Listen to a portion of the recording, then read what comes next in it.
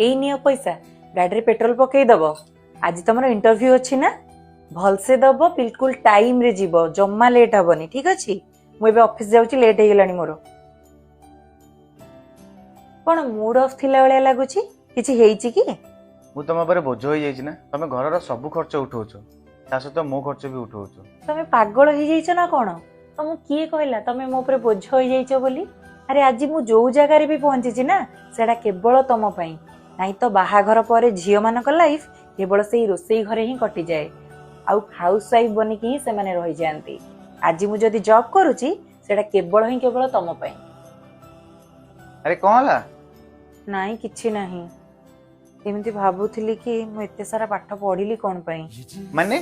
graduation कली तापर पुणी बीएड भी कली बहुत कष्ट करिली मते टीचर बनिबार थिला